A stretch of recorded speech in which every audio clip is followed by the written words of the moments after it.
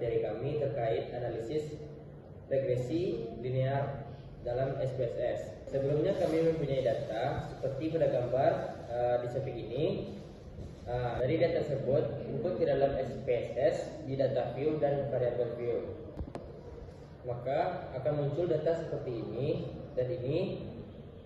Selanjutnya untuk menganalisisnya, klik analyze regresi linear dan akan muncul kotak dialog seperti ini. Karena kita mempunyai 4 variabel, maka letakkan variabel kadar gula ke dependen dan 3 lainnya ke kotak independen. Baik, selanjutnya klik tombol statistik sehingga muncul kotak dialog seperti gambar seperti ini. Dan centang pada data tersebut, centang bagian data-data yang diperlukan. Setelah itu tekan atau klik continue. Dan setelah itu klik tombol plot sehingga akan muncul kotak dialog seperti ini. Dan pada data tersebut centang bagian histogram dan normal probability plot dan tekan atau klik pada continue dan kembali. Dan terakhir klik option untuk ingin menyesuaikan kembali. Jika tidak, maka tekan tombol OK. Maka akan muncul data seperti ini dan ini. Baiklah, saya akan melanjutkan materi yang kedua, yaitu tentang hasil output. Seperti gambar ini, yaitu deskriptif statistik, yang dimana yang diketahuinya yaitu mean dari kadar gula darah adalah 127,814 dengan standar deviasi sebesar 3,3119 dan jumlah data yang tersebarnya yaitu 100. Selanjutnya yaitu mean dari aktivitas fisik harian adalah 4,9032 menit dengan deviasi standar sebesar 1,30353 dan jumlah data yang tersebar yaitu sebesar 100. Selanjutnya yaitu data dari asupan kalori per hari adalah 218,4,79 dengan deviasi standar 4,405 dan jumlah data yang tersebarnya yaitu sebesar 100. Selanjutnya yaitu data berat badannya adalah 71,1495 kg dengan deviasi standar sebesar 3,15232 dan jumlah data yang tersebarnya yaitu sebesar 100. Selanjutnya yaitu pada gambar ini yaitu gambar correlation, yang dimana yang diketahuinya yaitu nilai korelasi antara kadar gula darah dan aktivitas fisik hariannya adalah sebesar 0,070. Ini menunjukkan bahwa hubungan antara kadar gula darah dan aktivitas fisik sangat lemah dan tidak signifikan. Selanjutnya yaitu nilai korelasi antara kadar gula darah dan asupan kalori per harinya adalah sebesar 0,125. Ini juga termasuk hubungan yang lemah dan tidak signifikan.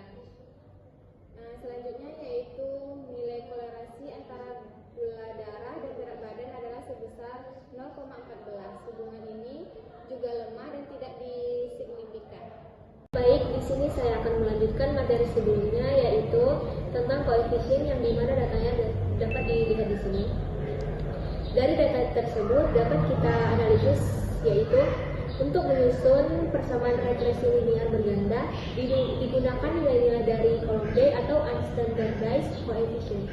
Berdasarkan output yang didapat yaitu konstan atau intercept, yaitu 112,897, koefisien aktivitas fisik harian sama dengan min 0,111, koefisien asupan kalori per hari sama dengan min 0,003, dan terakhir koefisien berat badan sama dengan 0,3.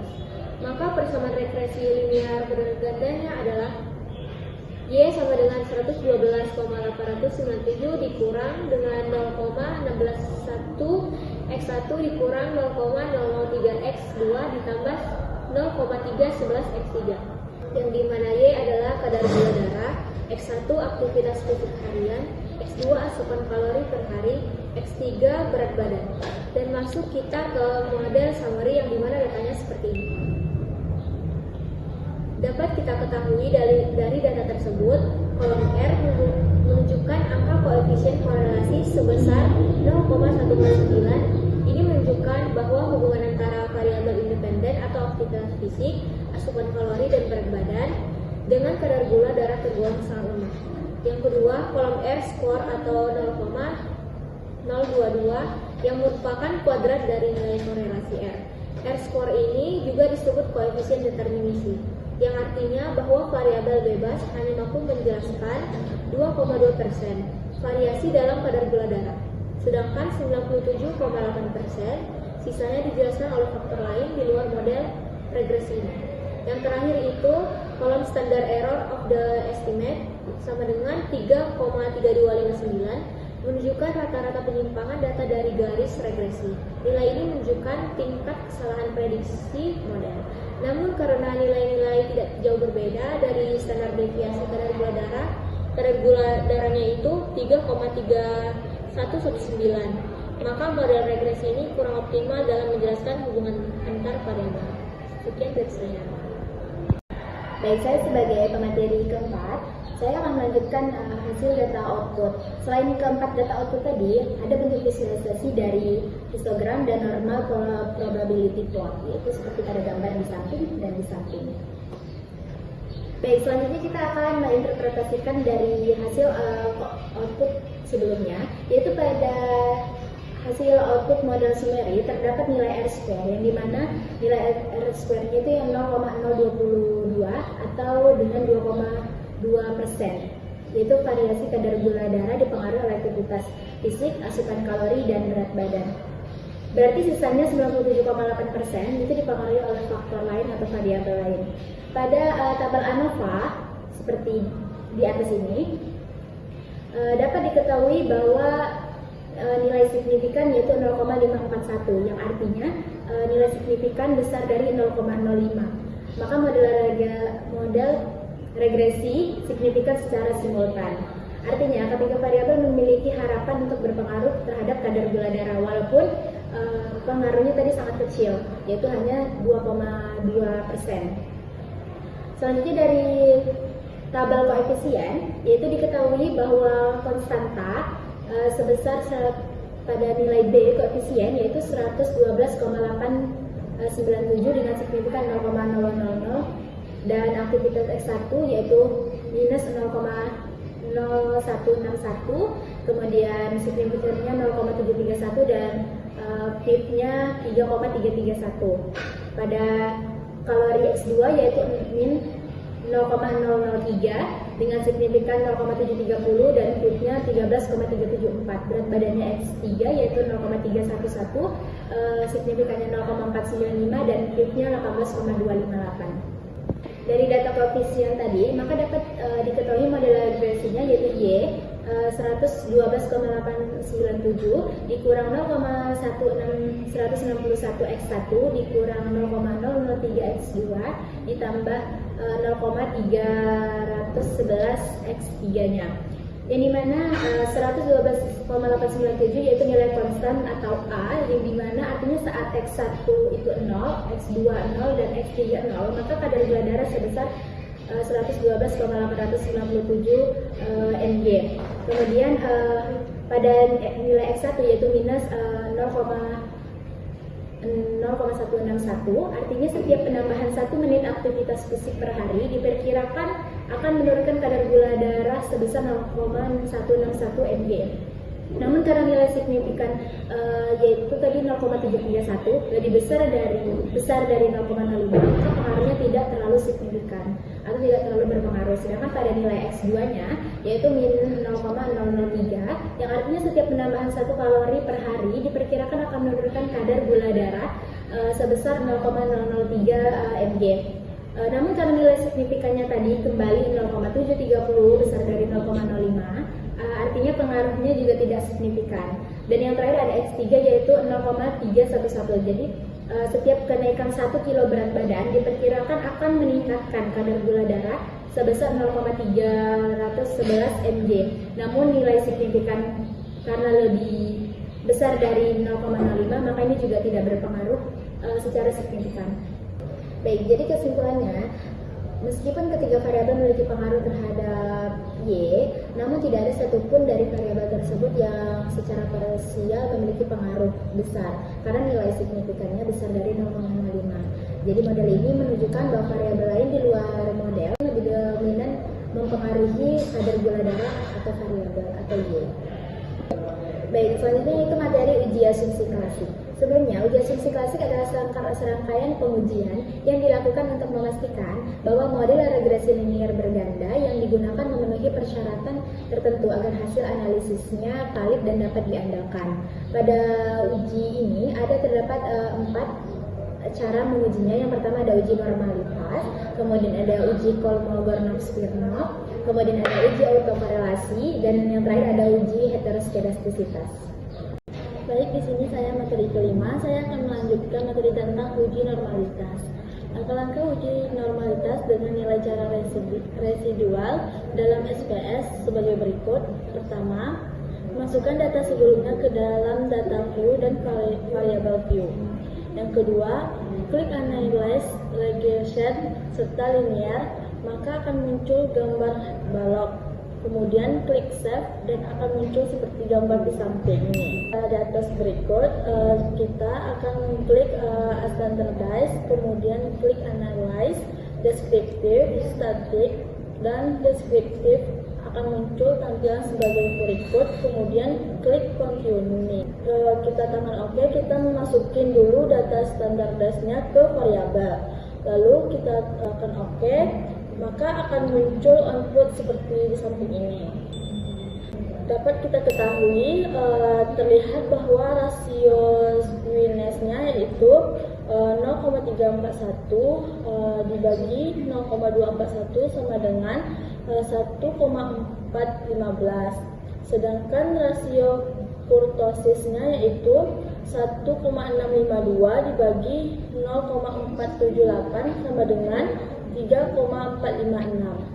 Karena rasio skewness dan rasio kurtosis berbeda di antara min 2 hingga plus 2, maka dapat disimpulkan bahwa distribusi data adalah normal. Yang selanjutnya yaitu adanya uji Kolmogorov-Smirnov. Agar data lebih valid, maka dilanjutkan dengan uji Kolmogorov-Smirnov. Langkah-langkahnya yaitu pertama, buka file, lalu data regresi pertama. Langkah kedua yaitu tekan Analyze, Non-Parametric Test, lalu Simple K sampai S. Yang ketiga yaitu masukkan variabel unstandardized residual pada kotak test variabel list, lalu ditekan OK. Maka jika sig besar dari 0,5 artinya tidak signifikan. Tidak signifikan artinya data cenderung sama dengan rata-rata sehingga disebut normal. Berikut output didapatkan. Yang kedua yaitu uji autokorelasi, yaitu lakukan regresi untuk data di atas seperti pada uji normalitas. Setelah itu, pilih statik, akan muncul tampilan seperti di bawah ini. Kemudian centang pilihan Durbin-Waston, setelah itu tombol Continue, dan akhirnya pada tampilan selanjutnya pilih OK.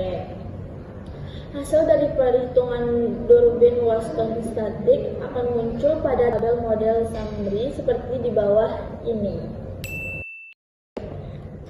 Baik, saya sebagai pemateri terakhir yang akan membacakan uji ketiga yaitu uji multikolinearitas.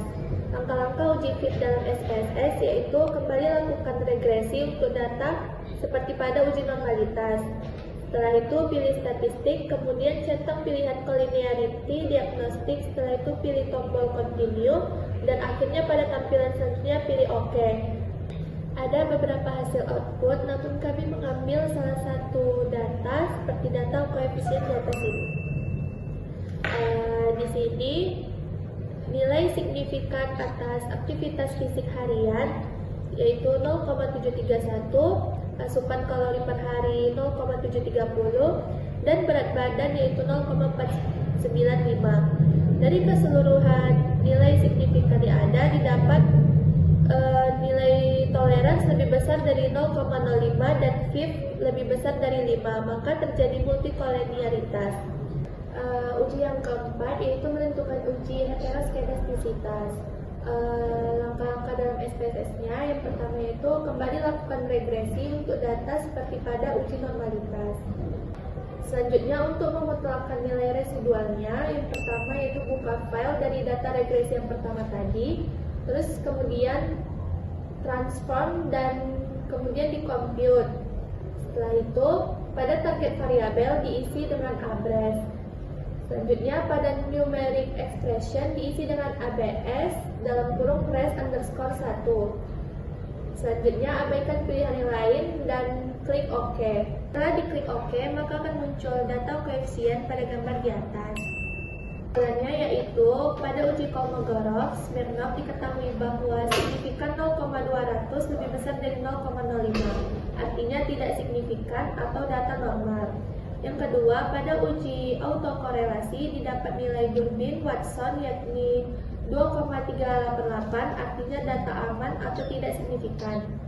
Yang ketiga, pada uji multikoliniaritas, nilai toleransi lebih besar dari signifikan dan FIF lebih besar dari 5, artinya terjadi multikoliniaritas.